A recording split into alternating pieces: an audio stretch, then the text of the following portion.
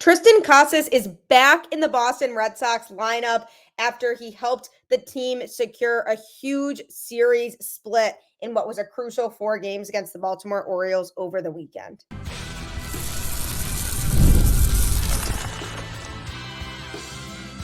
You are Locked On Red Sox, your daily Boston Red Sox podcast.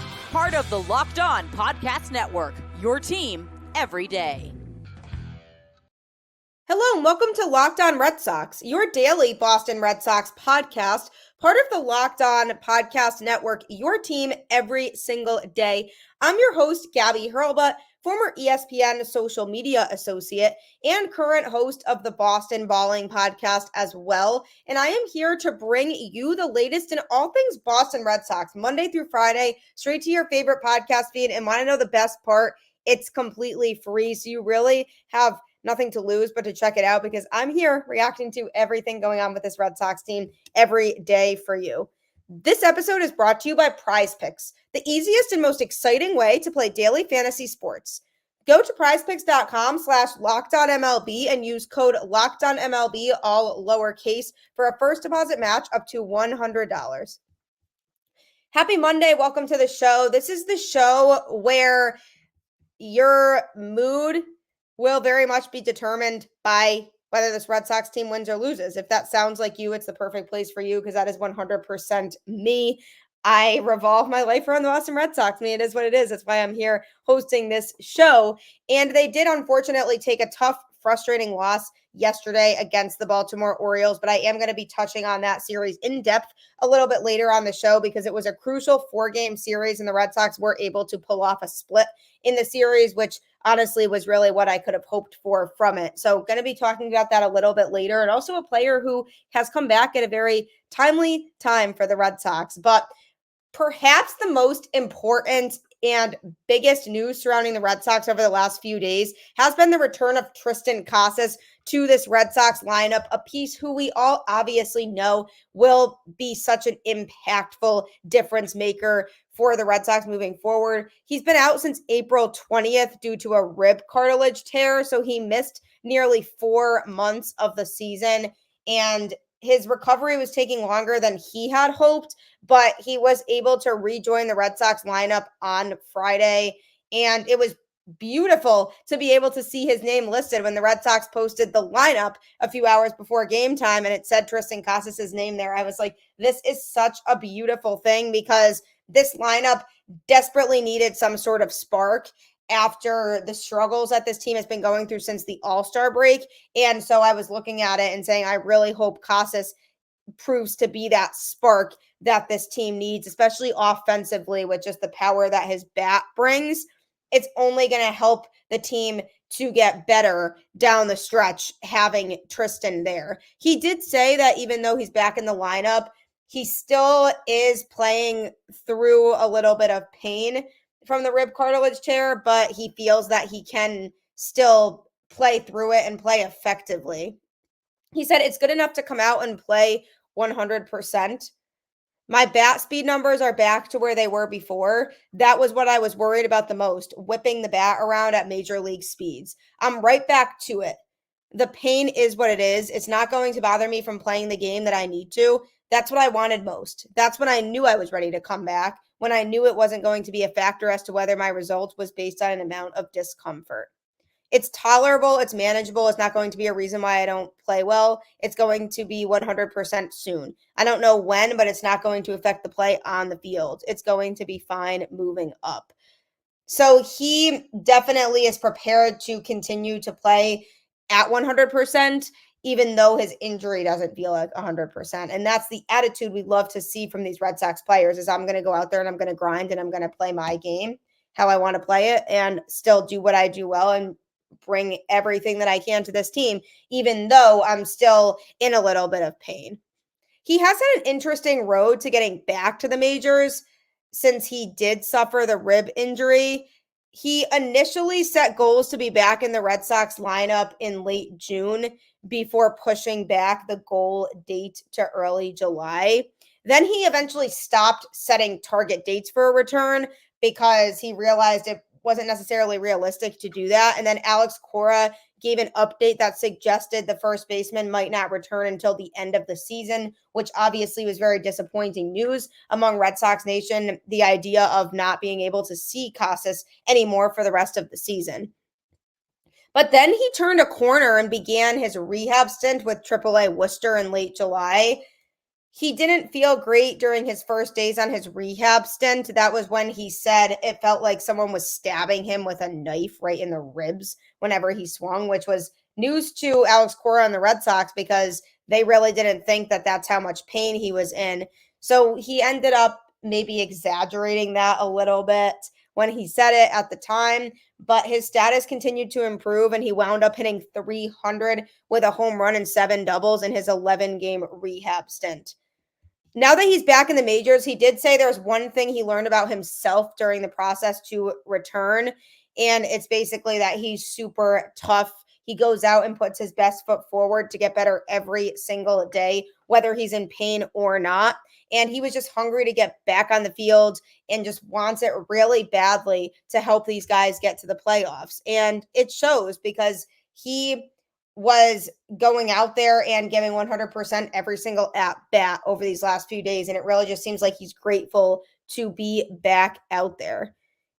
When he came into the Red Sox lineup, and it was cool to see his name there with this team listed for Friday night, the Red Sox did win that game 12-10, and he went 1 for 5 with 2 strikeouts. So a pretty quiet day at the plate for him. But he and the Red Sox are hoping that it's just more of an anomaly and that he'll get back on track very quickly. And he did string together some hits throughout the rest of the series. The Red Sox won Saturday's game 5-1. And in that game, he recorded 2 hits, going 2 for 4. So obviously a little bit more improved in that game. And then the Red Sox lost 4-2 on Sunday in the series finale. And he also recorded 2 hits in that game, going 2 for 4 with a run scored. He also recorded a walk and a strikeout. So he has strung together some hits in his return since coming back. So that first night, Friday being his first night back in the major league lineup, he probably was a little bit rusty and needed to clean some things up. But he hit 244 with 6 homers in 22 games this season before getting hurt.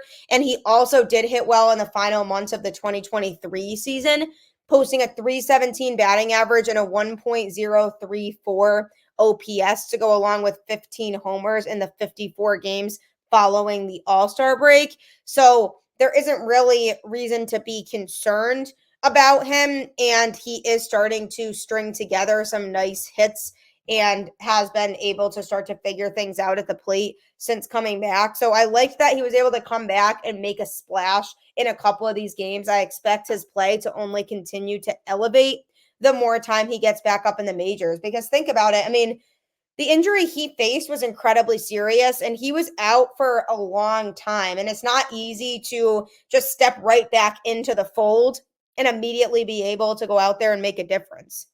So him being back in the major league lineup after being so far removed from it for so long, it's only natural and makes sense that he would start off slow. And that's basically the main reason for his tough night at the plate on Friday night. But Saturday and Sunday, he definitely came out there and showed glimpses of being able to be back to the Triston Casas that we need for him to be, that we saw at the end of last season that was just on an absolute tear after the All-Star break. So I'm hoping we can get that guy back, because him being back alone is a huge step for this Red Sox team that desperately needs to break out of this slump they've been in since the All-Star break, just struggling a lot to win games. And this was a crucial series split against the Orioles. We have seen them start to play a little bit better as of late, winning a series against the Rangers, winning a series against the Mariners. So they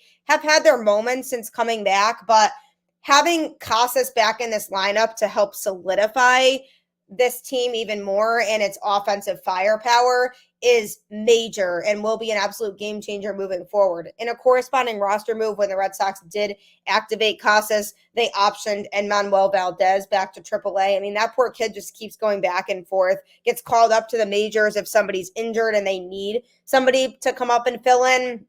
But every time he's up in the majors, it's only temporary, and then he gets sent back down to AAA when another player is back from injuries. That's exactly what happened here. I like Valdez. I just don't really feel like there's a spot for him more permanently down the road on the major league roster. So maybe the Red Sox look into trading him this offseason and putting him into a package for some pitching, along with perhaps Wilyer Abreu, maybe because of the outfield situation and how stacked they are right now, and depending on Roman Anthony's progress and when he'll be up in the majors. So lots of decisions the Red Sox do have to make, but Valdez sent back down to AAA, which makes a lot of sense. The Red Sox didn't really need him here in this particular moment on the active major league roster. So he'll be playing down in AAA. I'm excited to see Triston Casas back.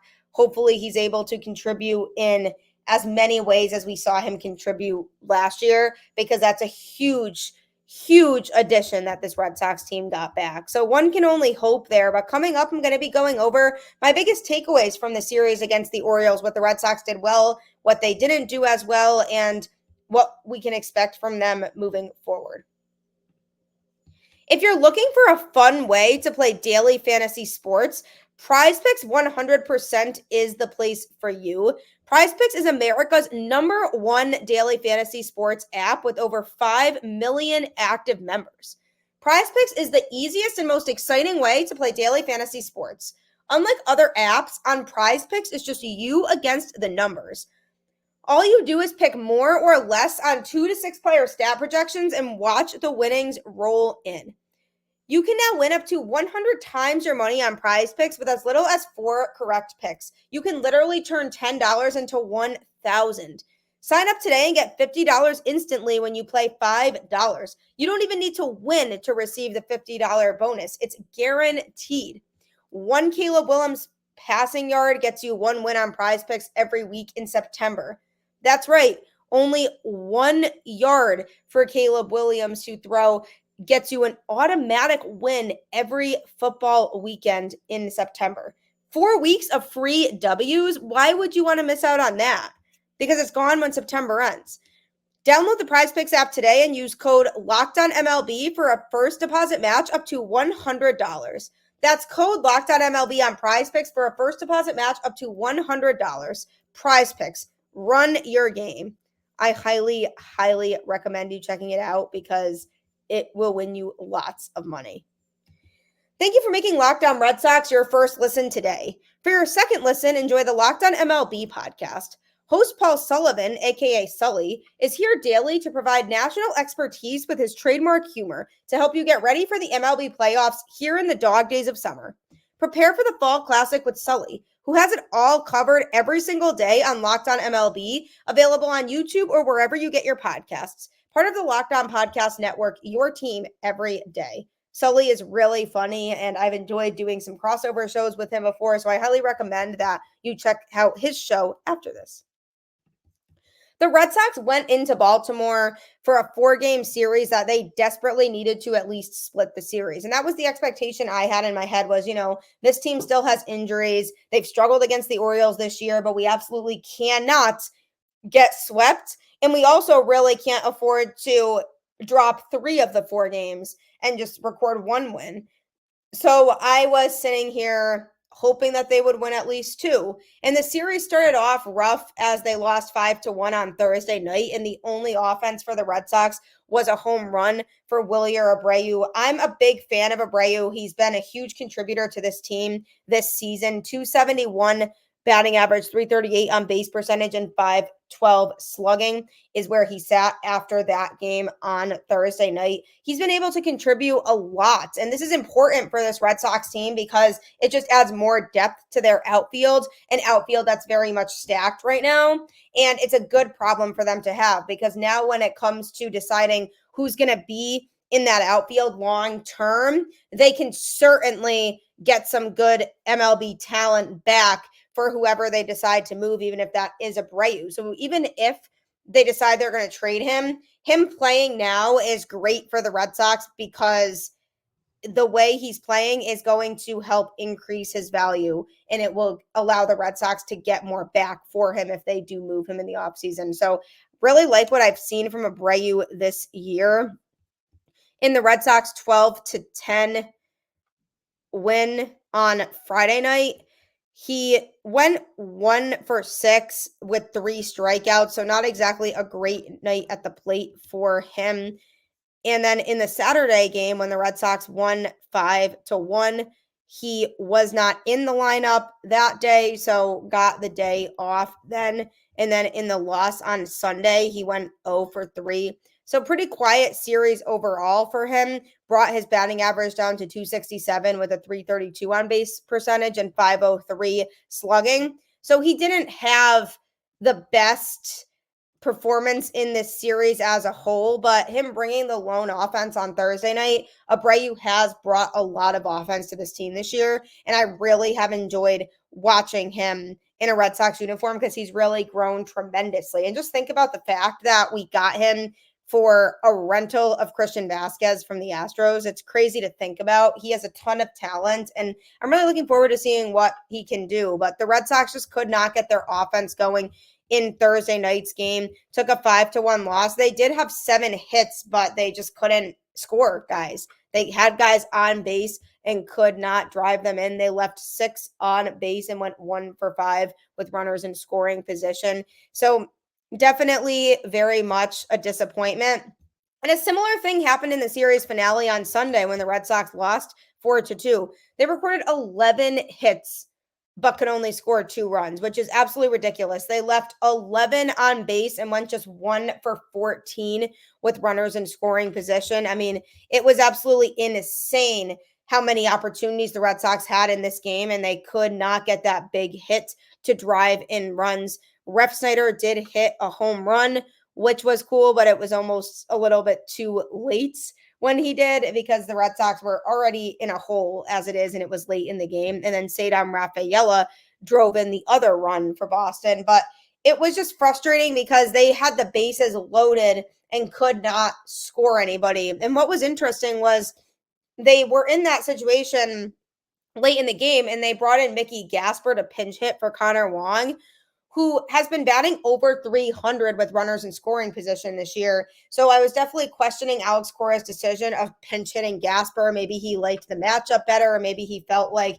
it would throw off the Orioles pitcher because they haven't seen Gasper yet, so they don't really know what to throw to him. So I'm sure Alex Cora had a reason for it, but I would have had Wong hit in that spot because that's what he's been good at this year, is coming through in the clutch when there are runners on base. So I thought that was definitely a little bit of a surprising move, but ultimately the Red Sox lost the game 4-2. Very unfortunate. They cannot be stranding that many base runners, but this Red Sox offense will win games. I mean, even the Friday night game, putting up 12 runs, but the pitching staff gave up 10 runs too, and that absolutely cannot happen. This offense is an absolute machine, but if they're scoring 7 to 8 runs a game, you should be able to expect that they win those games and they can comfortably say that they've secured a W. It's not fair if the offense is putting up 7 to 8 runs on average a game, and then the pitching staff is completely blowing it, and the Red Sox don't even always win those games. They had 14 hits in the game, and Baltimore had 17, and the Red Sox offense just went off. And what was really impressive about it in that regard was that they absolutely pounded Corbin Burnes. He only went 4 innings, gave up 10 hits and 8 earned runs in that time. He did strike out 7 and walk 3, but the Red Sox pounced on him, and he's one of the best starting pitchers in the league. So if you have one of the best starting pitchers in the league out there and the Red Sox offense is smoking you, it says a lot about the abilities of this offense. So if they're putting up 12 runs in a game, it should not be a game that gets that close. And that is a major problem and concern with this pitching staff right now, especially with the bullpen. I mean, Cooper Criswell came in and did not have it, gave up 6 earned runs in that game, but ironically, he got the win for the Red Sox. just was not his night. Luis Garcia gave up 3 earned runs. He's been significantly struggling since joining this Boston Red Sox team, and it's going to look really bad if he doesn't figure things out, because the Red Sox gave up 4 prospects for him at the trade deadline. So if he doesn't get himself back on track, that's going to look like a really bad trade for Boston, to the point where people are going to be talking about how they severely overpaid for him and he can't figure things out. So obviously Breslow saw something in him, which was the reasoning for trading for him.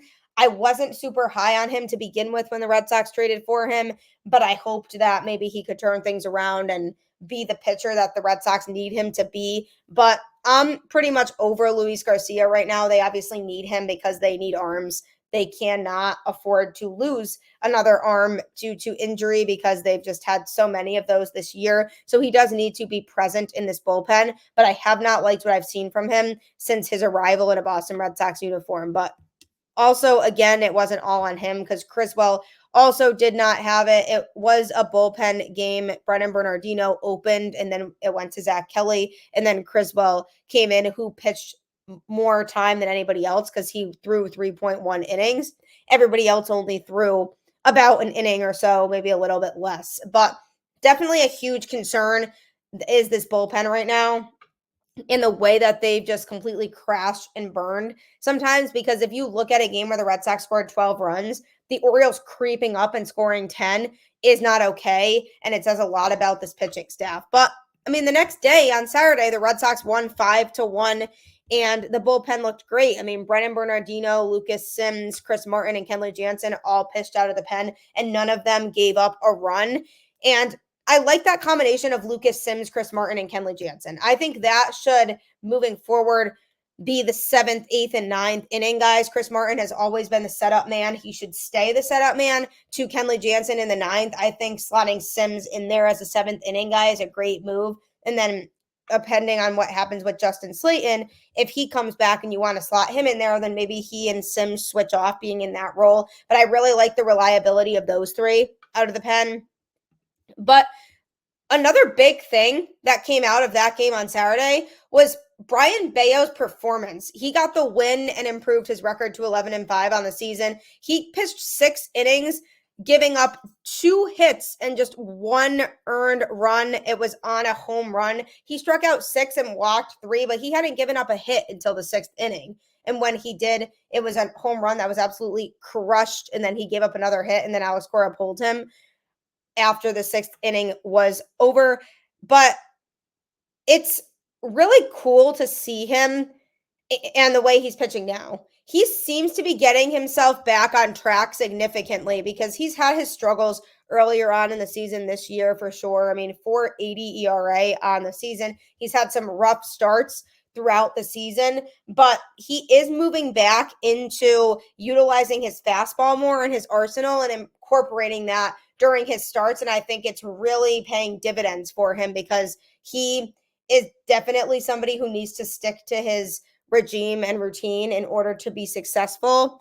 And I feel like him bringing the fastball back in and utilizing it to go along more with the off-speed pitches has been phenomenal for him and has made a difference. And that was a great start by him. 6 innings of 1-run ball is such a solid start. So I'm excited to see Brayan Bello pitch again moving forward. He is back, my friends. I'm telling you, I really like what I've seen from him in his last few outings since the All-Star break. And I really do feel like he's going to continue to give us some positive starts and productive outings as he moves forward with the rest of the season, because I think he made some adjustments halfway through the season, and those adjustments are working. So it was a great outing for him. And then the Red Sox lost 4-2 on Sunday in another game that they couldn't really get the offense to score. They had the opportunities. Again, 11 hits to only score 2 runs is pretty pathetic and sad, but it's because the Red Sox blundered every opportunity they had with runners on base, and they were creating the opportunities for themselves. They just could not score them. So what I take away from this series, primarily, the bullpen still is very much a concern. We need to look out for that as the rest of this season goes around, because if they don't make the postseason, the bullpen is going to be one of the first things I look for as the reason why. And if they do make the playoffs, the bullpen is going to be the biggest reason I look at as to say this is what I'm concerned about heading into the playoffs. They have no choice but to completely revamp this pitching staff in the offseason, get some solid bullpen arms in there, go out and get a frontline starter and be aggressive.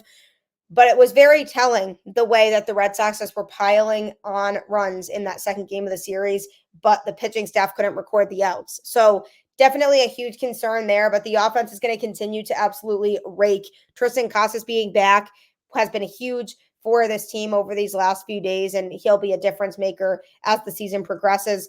And another guy who has returned to the lineup in a pretty timely manner is Tyler O'Neill. And I'm going to be talking about that next and the impact he's made. You've heard us talk a lot about FanDuel, America's #1 sportsbook. Well, we have something a little different for you. Now through September 22nd, all FanDuel customers can bet $5 and get a 3-week free trial of NFL Sunday Ticket from YouTube and YouTube TV. Then with the YouTube TV base plan, you'll be able to watch every regular season Sunday afternoon out of market game. All you need is a Google account and a current form of payment, and you can cancel any time. Just visit FanDuel.com/lockedon to download America's #1 sportsbook. Isn't this amazing? Getting that free trial of NFL Sunday Ticket is golden. You'll be able to watch so many games, and I guarantee you'll want to stay with it. So check out FanDuel today and don't miss out on that great opportunity. In the Boston Red Sox series split over the weekend against the Baltimore Orioles, they did have a couple key players come back to the lineup, one being Triston Casas, who we just know is a machine and will hopefully be able to make a big difference down the stretch here because Boston definitely needs that. And another player that returned during this series is Tyler O'Neill, who was reactivated from the 10-day IL on Saturday. To make room on the active roster, the Red Sox optioned Nick Sogard to AAA Worcester. Sogard was good, and I'm sure he'll be back in the majors at some point. He certainly made his mark here in the little time since being called up. But it does make sense to option him back to AAA right now because they wanted to keep the third catcher in Mickey Gasper on the roster because it gives more flexibility in terms of allowing Connor Wong and Danny Jansen to DH more, and he can catch, or if one of them is catching, he can go in and play DH. So I think they wanted to keep him on the roster over Sogard because it made more sense from a liability standpoint in terms of if they need somebody to fill in, if somebody were to get injured, or they just need to give Connor Wong or Danny Jansen a rest from behind the plate, then they have Gasper there to step in. But so Sogard is good. I don't think it was anything to do with a knock against him or his talent because he definitely put together some great at-bats in his short time in the majors, and I'm sure he'll get another opportunity in the majors at some point. I'm glad he was able to come up and get his feet wet on the major league stage because a lot of these young players who have been playing in the minors, they come up to the majors and they don't really know how much of an adjustment it is emotionally and just how much pressure is really on them, how much exposure they're getting. That takes getting used to. And for Sogard to have been able to get called up, get his feet wet in terms of playing in the majors, that's going to be huge for him down the road and pay him dividends, I'm sure, now that he's experienced a little bit of what that pressure looks like of being a Major League Baseball player at that level. But they were able to return O'Neill to the lineup, another player that the Red Sox have definitely been missing throughout his time that he's been injured. So when the Red Sox won the Saturday game 5-1, O'Neill was in the lineup and he wasted no time making an impact. He went 2 for 4 in that game with a run scored. He did have one strikeout, but he drove in a run and he was just making an immediate impact. And Red Sox fans were all like, welcome back, O'Neill. This is what we missed, which it certainly is true. That is what we missed. And then he did play in Sunday's game and went 0 for 4. So not exactly his day. He struck out every single time. So he just was not seeing the ball well on Sunday. But that does happen. He's currently at a .268 batting average on the season with a .354 on base percentage and .536 slugging. he very much has been a big offensive contributor for this Red Sox team, especially from a power bat standpoint and providing that power bat aspect of the Red Sox lineup that they need, because they don't have a crazy amount of guys who can hit home runs a lot outside of Devers and O'Neill. They have a lot of guys who can make hard contact and then can manufacture runs by moving around the bases quickly. But for somebody to be able to just hit the long ball and do it very effectively, that's a lot of what Tyler O'Neill has brought to this team. But we knew injuries were a concern with him. When the Red Sox traded for him, one of the biggest storylines surrounding him was, can he stay healthy and can he stay on the field? Because that was a big concern for him at one point, was, is he going to be able to actually be out there for the whole season, or is he going to have these injuries that continue to keep him from being on the field? And so far, he has experienced a few injury stints for the Red Sox this year, but I'm hoping this was the last one, and now he's back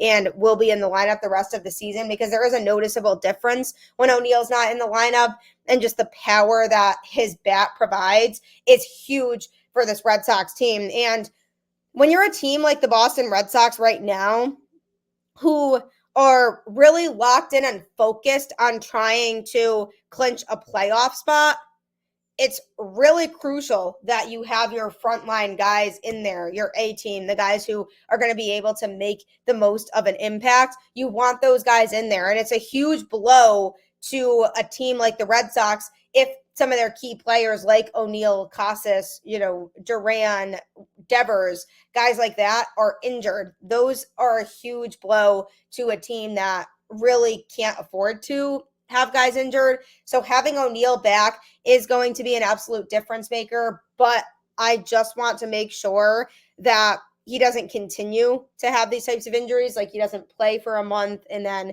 ends up back on the IL again in September, when the Red Sox are significantly in the home stretch of the regular season. And if they're right on the border of making the playoffs and they're just that team that's on the cusp right behind the Royals, that would be really unfortunate if O'Neill is not able to be in the lineup. So I'm glad he's back, and I'm hoping he can stay back. Rough day for him on Sunday, but we saw the impact that he can make on this team on Saturday in his return to the lineup the first day. So the thing I really like about O'Neill is that he doesn't give up, always gives 100%, and he's able to ease back into it. Like, his injuries that he's experienced this year for this Red Sox team haven't really slowed him down at all. And I really like that about him, that he can kind of come back into the swing of things and pick up where he left off. So I'm not too concerned overall about the 0-for-4 performance with the 4 strikeouts that he did have, because I feel like moving forward, he'll still be able to contribute offensively in the way that he has all season long. So it's really exciting having him back. It was nice having him and Casas back for at least some of this series against Baltimore, and they certainly were reinforcements, and it helped the Red Sox to pull off a split, which is something that was very much needed. Would I have loved to see them take 3 of 4? Absolutely, 100%. That would have been great, but it's a really good Orioles team that they faced, and so a split is definitely something that I will take. They just need to now keep winning games, cannot get swept by the Astros like they did at home, just have to go out there and play good baseball and win. And hopefully that's what they're going to do moving forward. And hopefully having these guys back will spark some firepower in them to the point where they say, okay, enough messing around. We want to win games. So definitely great all around having their injured players back to hopefully provide a spark and keep these guys on track and focus on the goal, which is to make the playoffs. But you can help with that too as a fan by just keeping the faith. Go Red Sox, and I will catch you on the flip side.